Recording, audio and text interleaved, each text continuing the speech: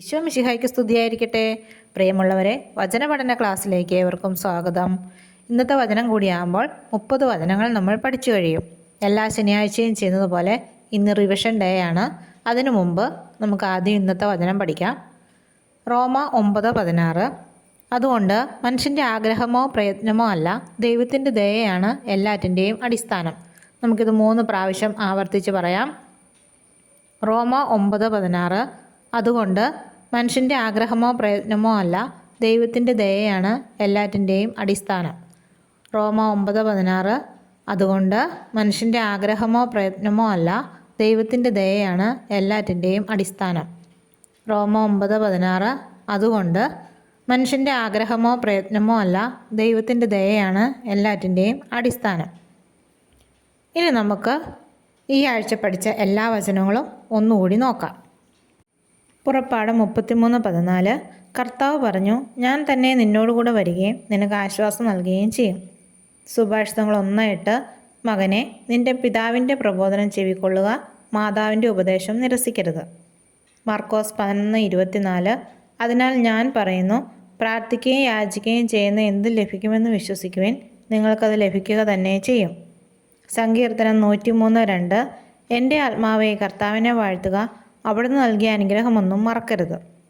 മത്തായി 5:44.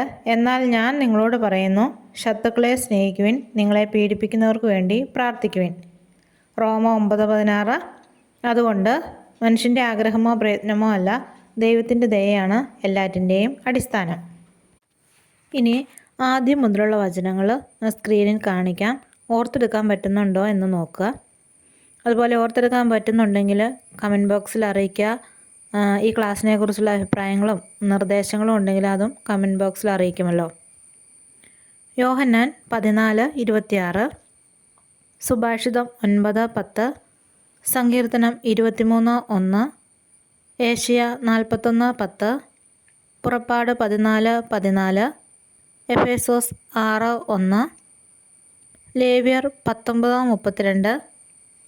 സുഭാഷിതം 16:3. സങ്കീർത്തനം 27:1. ലൂക്ക 1:37. സങ്കീർത്തനം 37:4. ഫിലിപ്പി 4:13. യോഹന്നാൻ 14:14. സംഖ്യ 6:24. സങ്കീർത്തനം 46:10. ലൂക്ക 2:52. നിയമാവർത്തനം 6:6. മത്തായി 6:8. 2 തിമോത്തിയോസ് 2:3. സങ്കീർത്തനം 55:22. ഏശയ്യ 54:13. യോഹന്നാൻ 14:1. ഹെബ്രായർ 4:12. അപ്പസ്തോല പ്രവർത്തനങ്ങൾ 1:8. എല്ലാവരും പഠിച്ചു കഴിഞ്ഞു കാണുമെന്ന് വിശ്വസിക്കുന്നു. ഇനി പഠിക്കാത്തവരുണ്ടെങ്കിൽ, ബുക്കിലേക്ക് എഴുതാത്തവരൊക്കെ ഉണ്ടെങ്കിൽ നാളെ അതിനുള്ള ദിവസമാണ്. ഇതുവരെ പഠിച്ച കാര്യങ്ങൾ ഒന്നുകൂടി ആവർത്തിക്കുക. പഠിക്കാത്തത് നാളെ പഠിക്കുക, എഴുതുക. മറ്റൊരു വചനവുമായിട്ട് അടുത്ത ദിവസം കാണാം. ദൈവം എല്ലാവരെയും അനുഗ്രഹിക്കട്ടെ.